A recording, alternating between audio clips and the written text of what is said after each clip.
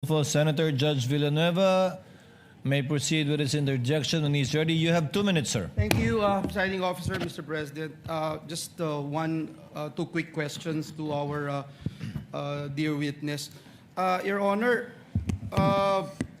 malaking bahagi po, Director Matibag, nung sa talakayan dito sa Korte at ng buong sambayanan, whether or not natukoy na ba yung sinasabing alleged tinutukoy ng pangalawang Pangulo doon po sa kanyang video. At binanggit niyo po na may inaasahan po kayong development sa loob ng 3 hanggang 6 na buwan. Maaari po ba niyong paliwanag, Director, sa pangkalahatan lamang po kung ano po yung layunin ng mga natitira pang bahagi sa investigasyon po ninyo? Just to clarify lang po, no? Kasi when you testified that the individual's identity will become clearer, does it mean, sir, that the Bureau is now focused on confirming or verifying the identity of a particular individual referred to by the respondent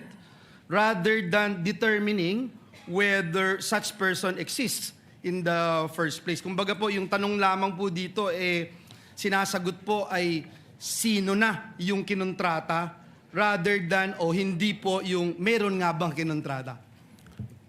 Your Honor, 2 bagay po para makarating po tayo dun sa kasagutan sa inyo pong katanungan. Una, sinabi ko nga po with certainty, meron kinontrata. Ano po yung basihan? Mismo ang Vice Presidente na publicly, it is an extrajudicial admission na tinanggap na niya at sinabi na niya na meron akong kinausap na mag-assassin o mamamatay tao para patayin ang presidente at siya ay pumayag. So that is an admission na meron po. Pangalawa, bakit po natin tinutukoy at tinahanap? Dito na po pumapasok yung kailangan natin siyang makuha, hindi upang sabihin na kami talaga ay nag-usap ni Vice Presidente. Kasi yun naman pong sinasabi ko nga, yung pag-uusap na may papatay at hindi naman nagawa, wala naman po tayong pinag-uusapan na krimen doon. Pero ano po ba ang tinutugunan namin sa paghahanap namin sa tao na yon, sa individual na yon? Yun na po yung sinasabi namin that we have to address the issue of national security, the safety of the President, which is a primary mandate of the National Bureau of Investigation. So pagkatambanta po sa Pangulo, kapag ito ay seryoso tulad po nitong banta na ito rin po ay magdadaos ng ligalig, kaguluhan, at disrespect po sa ating law and order. And that is the very purpose of the existence of the National Bureau of Investigation.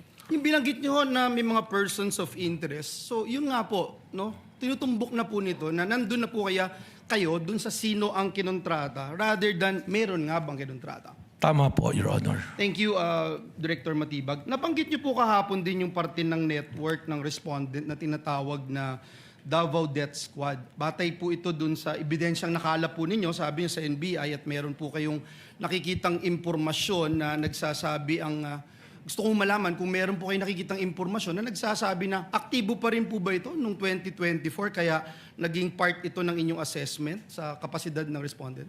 Sa amin po investigasyon lumalabas na meron pa pong mga existing.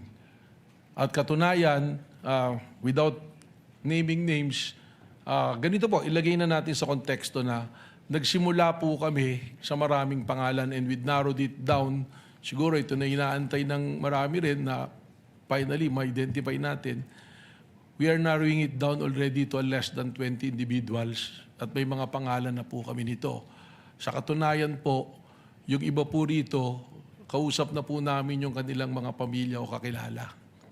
So, ganun po yung proseso. That's why sinabi ko, baka in 3 to 6 months, we can finally identify kung sino yung personalidad na yun po. Let me wind up, Mr. Presiding Officer. No? In relation again to the Davao Death Squad that we were talking about, aktibo pa po ba sila noong 204? Aktibo pa rin po ba sila sa kasalukuyan sa inyong nagpapatuloy na investigasyon? Tinatanong po natin ito, Ginoong Pangulo, para malaman natin kung yung ginamit po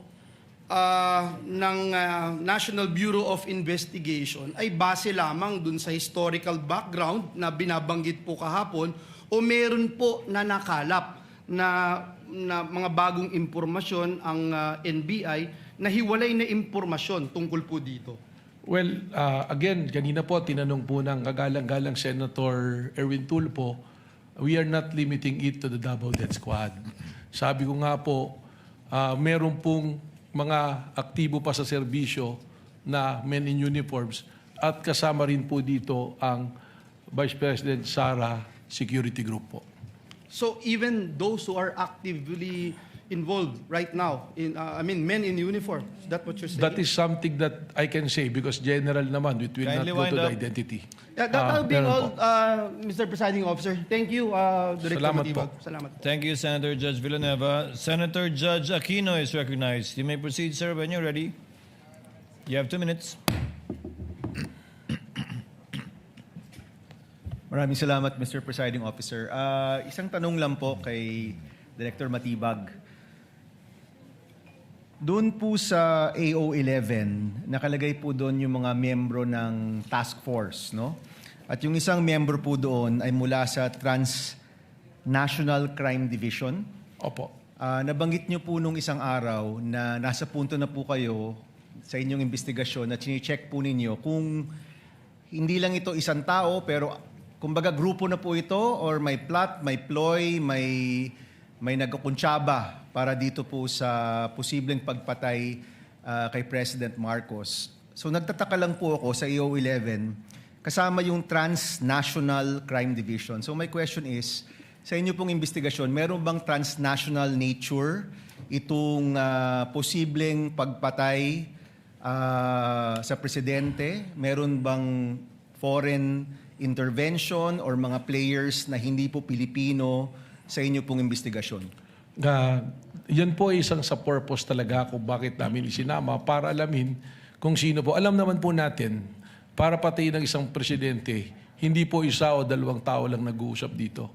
You need yung kakayahan mo, yung capacity, doon po pumapasok. Kailangan ng pera, kailangan ng network, kailangan ng tao.